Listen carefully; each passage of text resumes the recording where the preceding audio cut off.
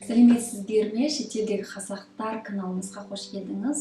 Менің атым Анара Нұраханқызы. Бүгінгі видеомыз қалайдан босқынға тапсыруға болады. Бұл тақырыбымызды бастардың алдында сіздердің комментарийға қалдырған сұрақтарыңызға қарай кетейік. Бірінші сұрақ, Жандос Беспаев. Өзіңіз қалай Канадаға келдіңіз, сол жайлы айтсаңыз деп сұрапсыз. Мен Канадаға оқу визамен келгем. Аспиранттық PhD ең жоғарғы түрдегі докторлық аспирантқа келгем. Бұрынғы ағылшын тіл тарихы, одан сырт қызмет тарихым жақсы болғандығынан Канада ең жоғарғы түрдегі грантына ие болдым, сондықтан келген болдым. Одан сыртқы тағы бір сұрағымыз, қалайдан босқындыққа тапсыруға болады. Сондықтан бүгінгі тақырыбымыз Канада босқындығын қалайдан тапсыруға болады. Бірінші, босқындық деген не? Қандай адамдар босқындыққа тапсыруға болады? Біріншісі, жеке адам. Сіздің өзіңіздің мемлекетіңізге қайтатын болса, өміріңізге қауіп болады, болмаса қинау болады дейтін жағдайда, жеке адам өзі мені қорғауға алыңыз деп мемлекетке, дүниедегі әрқандай мемлекетке тапсыруға болады. Енді бір түрі, өзіңіздің ұлтыңыз, дініңіз, болмаса саяси көзқарасыңыздың оқшамастығынан сіздің еркіндігіңізге шектеу болған жағдайда сіз босқынға тапсыруыңызға болады. Бұл әрине әрқандай мемлекеттің босқындыққа деген өзінің берген бір definition, босқындық деген не дегенге берген жауабы. Ал қалайдан Канаданың босқындығына тапсыруға болады? Бұда үш түрлі амал бар. Ең бірінші түрі Канада ішінде тұрып тапсыру. Біз өткендегі видеолардың ішінде айтып кеттік. Канадаға әрқандай түрдермен кіруге болады. Мысалы, саяхат визамен кіруіңізге болады, оқу визамен кіруге болады, қызмет визамен кіруге болады. Сіз осы үш түрлі визаның әрқандай біреуін талдап, Канада ішіне кіріп болған жағдайда сіз қайтадан оны босқындыққа тапсырам деп өзгертуіңізге болады. Екінші түрі, сіз Канада сыртында тұрып тапсырсаңыз да болады. Бұның баратын бөлімшесі әрқандай мемлекеттің ішінде өзінің UNHCR деген бір бөлімше бар. Ол бірлескен мемлекеттің босқындықтарға деген таныстыру қағаз жазып беретін бір ұйым, бір бөлімше. Бұл жерде олардың істейтін жұмысы, сіз әрине барасыз, оған қайсы мемлекеттің, мысалы Канадаға босқындыққа өтінішімді жазайын деп едім дейтін өзіңіздің идеяңызды айтатын болсаңыз, сізге әрине сіздің документтеріңізді тексереді, не үшін тапсырасыз, сіз босқындықтың ең негізгі шарттарына сіз толасыз ба, толмайсыз ба, одан бірінші реткі initial assessment бір тексеру болады. Сіз одан өтетін болсаңыз, жаңағы документтеріңізді бәрін Канада виза офисқа жолдап таныстыру хат жазады. Одан сыртқы басқа процесс, жаңағы Канада виза офис сізбен төте хабарласатын болады. Бұл жердегі төте хабарласу бәрі де торап жүйесінде. Көп жағдайда сіздің email адресіңіз керек.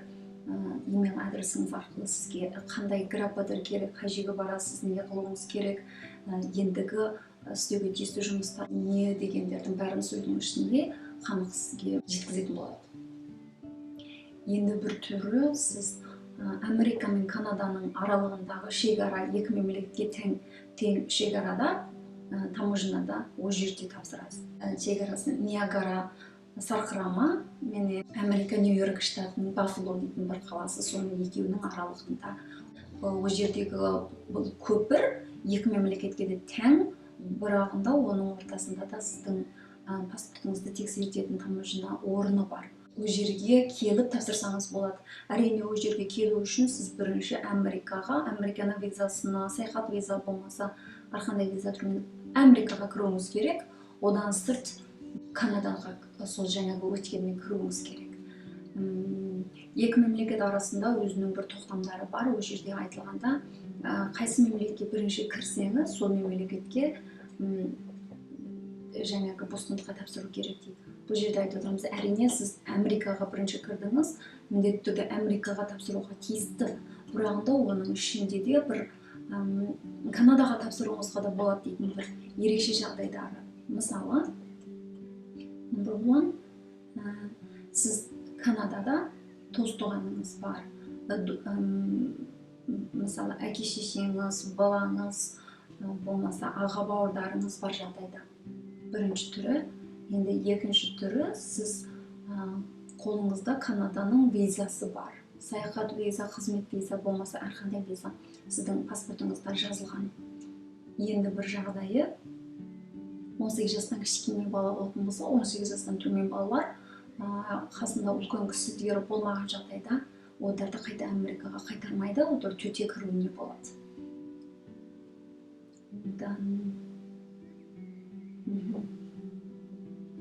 Сонда жаңағы жоғарыда айтып кеттік, сіздің дініңізге, ұлтыңызға, болмаса өзіңіздің саяси көзқарасыңызға, өз мемлекетіңізде еркіндік жоқ болған жағдайда тапсыруыңызға болады.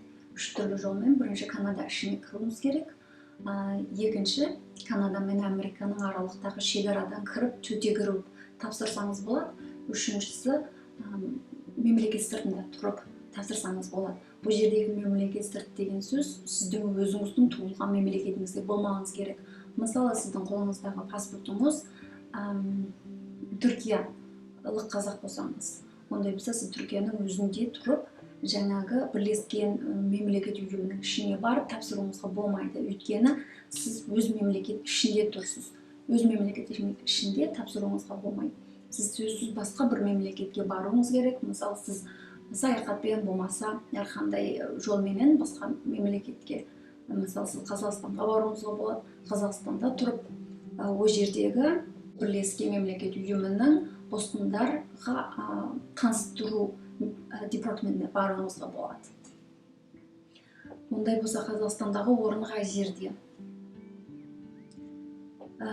Біріншісі, regional representation, бұл Central Asia. Орталық Азияның өзінің бір жаңағы бірлескен мемлекеттің таныстыру қағаз алатын жері бар. Ол жері 303 Байзақов жолы, Алматы. Енді бірі Астанада, ол Қазақстанның өзінің бірлескен мемлекет бостандыққа шақырту болмаса таныстыру қағазын алуға болатын жер. 14-ші А, Мамбетов стрит, Мамбетов жолы, Астана. Әрине, бұл екі жерге төте кіруге болмайды. Оның торап беті бар, болмаса телефон нөмірі бар. Олар менің make an appointment болу керек. Келетін едім, болмаса қандай мақсатым бар деген нәрселер бәрі айтылу керек. Одан кейін барып, бұл жерге сіздің барлық документтеріңізді алып, барып, мен Канада мемлекетіне болмаса басқа мемлекеттерге бостандыққа тапсырам деген өзіңіздің ойыңызды білдіруіңіз керек. Біздің тағы бір көрерменіміз Смақан, сәлеметсіз бе? Сіздің сұрағыңыз, мен өз мемлекетімнен кетіп, өзім туылған мемлекетімнен кетіп, қазір Қазақстан азаматтығынан алдым, мен бостандыққа тапсырсам бола ма деп сұрапсыз. Бұл сұрағыңызға сіз енді не үшін, қандай себеппен тапсырасыз? Сіз әзір бұрынғы туылған мемлекетіңізді әзір сізбен ешқандай қатынасы жоқ деп есептеуге болатын. Өйткені сіз әзір Қазақстанның азаматы болып болдыңыз. Енді сіз Қазақстанның азаматы болып тұрып, бостандыққа тапсыратын болсаңыз, басқа мемлекетке, бірінші сіз Қазақстан ішінде тұрып тапсырғаныңызға келмейді. Сіз басқа мемлекетке барасыз, мысалы Түркияға барып тапсыруыңызға болады. Бірақ екіншісі, сіз қандай себеппен тапсырасыз? Әзіргі тұрған мемлекетіңіз. Мен Қазақстанда айтып отырмын. Сіз Қазақстанда сіздің дініңізге, сіздің ұлтыңызға, болмаса сіздің саяси көзқарасыңызға ешқандай еркіндік болмады ма? Оны қалайдан дәлелдейсіз? Дәлеліңіз бәрі жеткен жағдайда сіз әрине тапсыруыңызға болады. Бірағында сіз әзір Қазақстанның азаматы болып болғандығынан, сондықтан сіз бұрынғы мемлекетіңіз, мысалы сіздің туылған мемлекетіңізді ешқандай қатысы жоқ деп есептеледі. Сонымен қандай материалдар керек. Бұл жерде босқындыққа тапсыру үшін өте көп материалдар керек.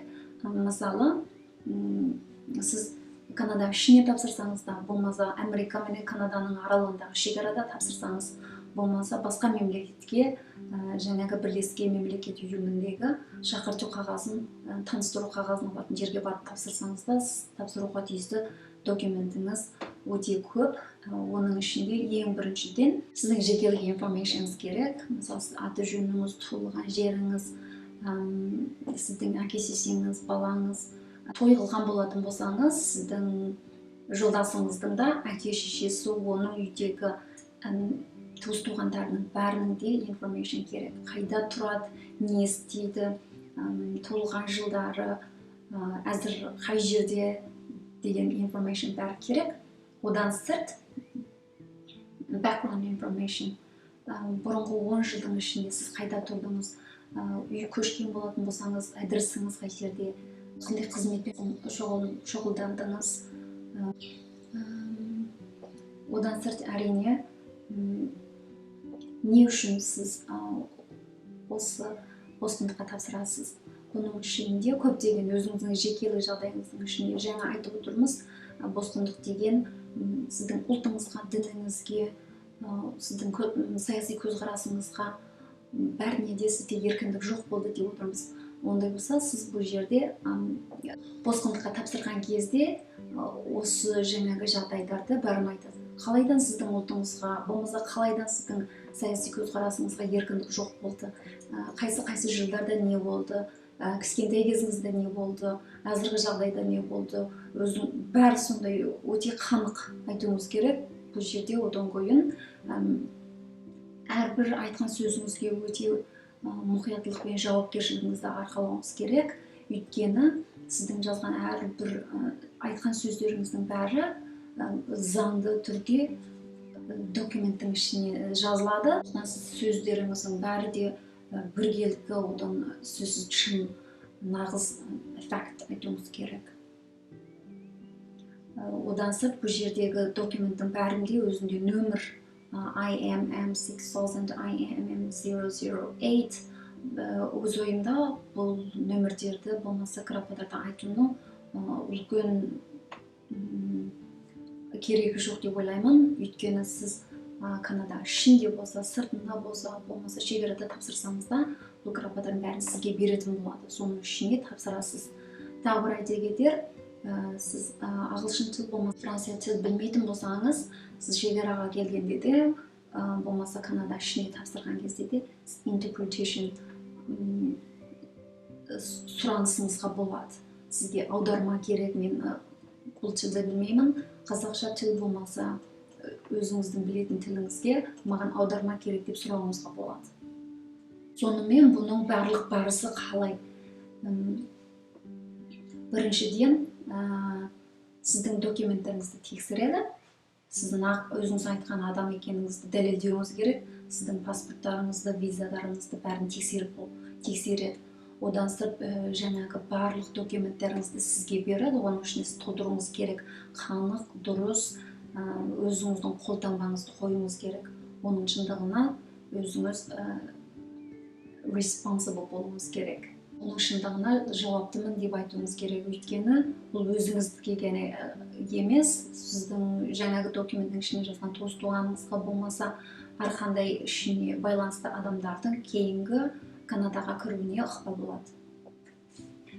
Одан сырт сіз бұл жерде, біз бұл жерде бір мысал алып айтайық. Сіз Америка менен Канаданың аралығындағы таможняда тапсырған болсаңыз. Бірінші, сіз паспорттарыңызды тексереді. Одан кейін сізге өтесіз ба, өтпейсіз ба деп айта алмайды. Бір анда сіз толымсыз ба, сіз жоғарыға баруына бола ма, болмай ма деп айтып береді. Сіздің документтерін тексеріп болады, бұл кісі тапсыруына болады дейтін болса, сіздің жаңағы документтеріңізді жоғарғы түрдегі департаментқа жолдап береді. Бұл жерде сізді Канада ішіне кіргізеді, қай жерге тұрасыз, қалайдан сізге хабарласуға болады, бар информацияңызды сіз ол жерде беруіңіз керек. Одан сырт 15 күннің ішінде жаңағы көп берген кірападарды толтыруыңыз керек, оның айтқан жеріне апарып беруіңіз керек. Одан сырт бірде 2 жылға шейін тосасыз, сіз жоғарғы соттың үстіне барып, жаңағы жазған документтердің шындығына заңгермен кезігетін боласыз. Сіз refugee, әзір қорғау үстінде алған адамсыз болмаса, сіздің айтқан сөздеріңіздің ішінде өтірік бар, өтпедіңіз, болмаса өттіңіз деген бекім сол жерде жазады. Өткен соң не болады? Сіз өтетін болсаңыз, әрине аралықта 1-2 аптаның ішінде сіз енді Канадаға permanent residency'ға тапсыруыңызға болады. Канаданың ұзақты тұрғынына болуына грападарыңызды тапсырасыз. Одан кейін Канаданың азаматына болуыңызға болады. Ал өтпеген жағдайда не болады? Өтпеген жағдайда сіз одан да жоғарғы түрдегі заңға апарып, жаңағы өзіңіздің документтеріңізді бәрінің шындығын қайта дәлелдеуіңізге болады. Одан өтпейтін болсаңыз, сізді өз мемлекетіңізге қайта қайтаратын болады. Сонымен біз бүгін Канадаға сыртта тұрып, болмаса Канада ішіне кіргенде, болмаса Канада мен Америка екі мемлекеттің аралықтағы шекарада тұрып қалайдан босқындыққа тапсыруға болады деген тақырыпты айтып өттік. Бұда өте көп айтуға тиісті информациялар бар, өте жіңішкелікпенен дайындық қылу керек, ода өте көп грападар, өте диққат қылып, өте жіңішкелікпен қарауға тиісті жұмыс. Тағы бір айта кетер, босқындыққа тапсыру деген сөз, сіз қайта өз мемлекетіңізге қайта алмайсыз. Мысалы, сіз өзіңіздің туыс-туғандарыңызға, басқа адамдарға өз мемлекетіңізге қайтадан қайтып, одармен кездік ала алмайсыз. Сондықтан ол өте үлкен бекім, сіз өзіңіздің артына қандай болады деген нәрсені бәрін қанық біліп, содан кейін жасауға тиісті бекім деп ойлаймын.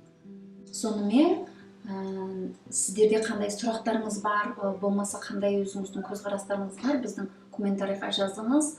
Біз шамамыздың күйіміздің келісінше сөзсіз сіздердің сұрақтарыңызға жауап беретін боламыз. Тағы бір айта кетер, сөзсіз біздің видеоларымызға лайк басыңыз, комментарийға сөз қалдырыңыз, елдерге тарқатып беріңіз. Сонда ғана біз бұдан былай тіпті де көп видеоларды жасай аламыз дейтін мүмкіншілігіміз көбейеді. Бізді қолдаңыздар. Сонымен сізбен бірге болған Анара Нұраханқызы. Келесі кездескенше сау сәлемет болыңыз.